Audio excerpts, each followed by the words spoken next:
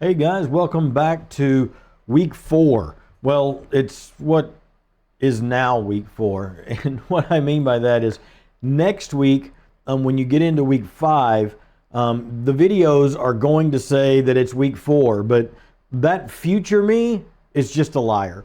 And he's not really doing week 4, he's doing week 5. But seriously, what happened was I had rearranged some of the lessons into a different order that I thought was, progressed down where we wanted to go. But when I did that, I'd already made the videos for week 4, and so we just moved that whole lesson down. And so during week 5, the videos are going to say that I'm in week 4, but don't get confused. This is actually week 4, the real week 4. So up to this point, what we've done is we've laid some foundations of Bible study and the importance and what it means to know God. That's really all we've accomplished, but that's also a lot that we've accomplished. This coming week, we're going to dive into what I believe is the most powerful part of our relationship with God outside of reading God's Word. But really, these two things go so closely together, and that's this thing of prayer. Now, the objective that we want to learn this week and kind of want to keep pushing towards is to help each other understand that prayer is more than just a religious practice.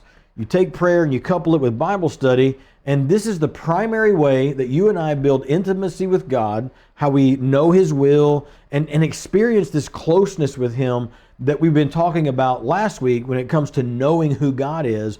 We really cultivate that through this thing of prayer. Now, when I was putting this lesson together, I found these two quotes from two of maybe the most impactful leaders of our faith in contemporary times. These two guys are Charles Spurgeon and Dwight L. Moody. Charles Spurgeon was known as the Prince of Preachers. I mean, he was a great preacher and preached fiery sermons, and people would come from miles and miles and miles around to come hear him. But Charles Spurgeon said, "I would rather teach one man to pray than 10 men to preach." Dwight Moody, a great evangelist, he traveled all over the country and preached in revival meetings and camp meetings and brush arbor meetings and was very well known. But he said, "I'd rather be able to pray than to be a great preacher." He said Jesus Christ never taught his disciples how to pray, he never taught his disciples how to preach, but only how to pray. And so prayer is literally, as we go into this lesson, you'll see it's what I like to think of as like the power plant. It's the pipeline for the Christian life and communication with the Creator God of the universe. Some people would call prayer a spiritual discipline, and it is that, but I'm hoping by the end of this lesson, you'll know that it's even more. It's a privilege as a follower of Jesus to go into prayer with a holy and righteous God, and we have to learn to cherish that. By definition, prayer is simply an ongoing conversation with God that literally helps us grow this intimacy, helps us grow an understanding with Him. And I don't know why it is, but it seems like many Christians really just overcomplicate this thing of prayer. We sometimes turn it into an unnecessarily formal event, maybe for special occasions or just for dinner. But after this week, I'm hoping that you'll see it for what it is, and as what the scriptures declare it to be. And it's that constant, ongoing conversation, that lifeline between you and God.